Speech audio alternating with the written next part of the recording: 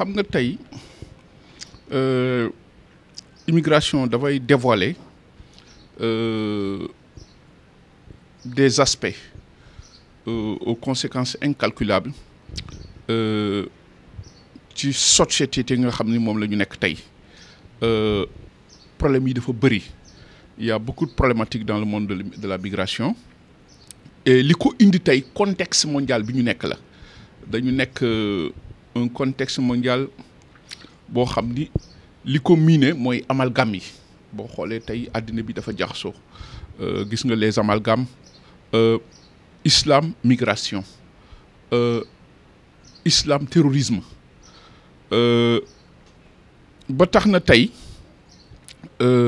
ak échec des politiques d'intégration parce que li am nii yëpp problème yi am yëpp li ko ëmb moom mooy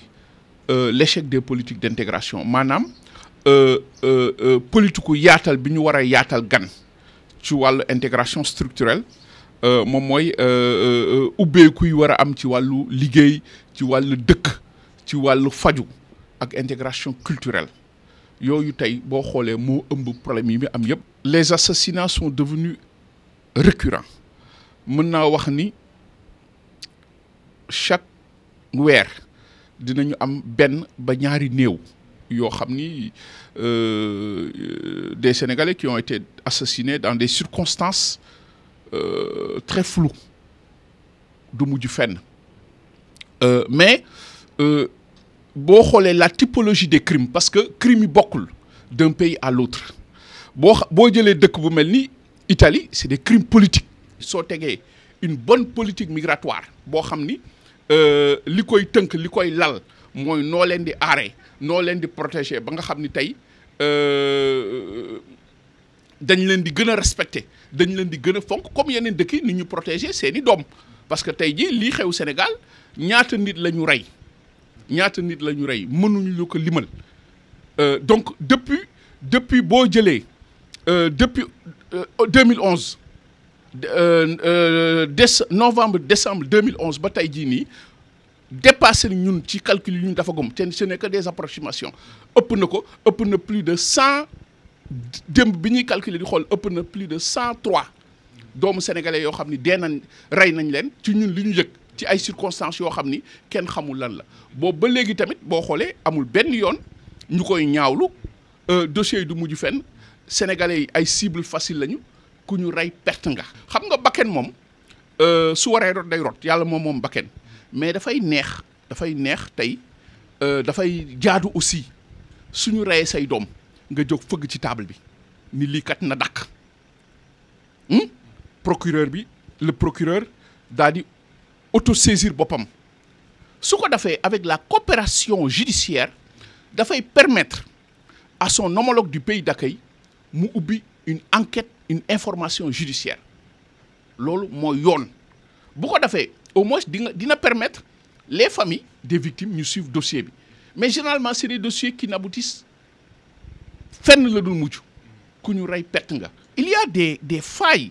du point de vue conjoncturel et structurel. Dans un état de droit on communique on fait des points de presse on informe pour réeroo bañ a am mais loolu amul. Mais maintenant, quand on parle, on nous dit que c'est un État qui travaille, c'est la diplomatie. On travaille en sous-trait. Non, on n'a pas besoin de ça. Dans un État de droit, su dara amee da ngay taxaw leeral nit ñi ñun de fii leen ci toll ubbi nañu enquête mais kenn ubbiwul enquête kenn mujjul fenn mais ñaata Sénégalais la ñu reyagum doo ci dégg fenn xoolal la fréquence de ces crimes là mais daf ñuy tiital mais dina am weer yoo xam ni di nga jot plus de 5 ñoo xam ni dee nañu. Souvent day am ay événements yoo xam ne sax mooy nëbb parce que tey suñu assassiné nit mu tomb ak màggal wala yenn yi wala yooyu da koy nëbb et cetera ak yoo xam ni kenn xamul yenn circonstances. Tey ce que nous on souhaite dans la diaspora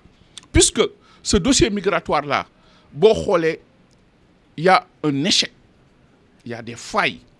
donc mu xalaat teg un ministère autonome ou bien une agence autonome chargée des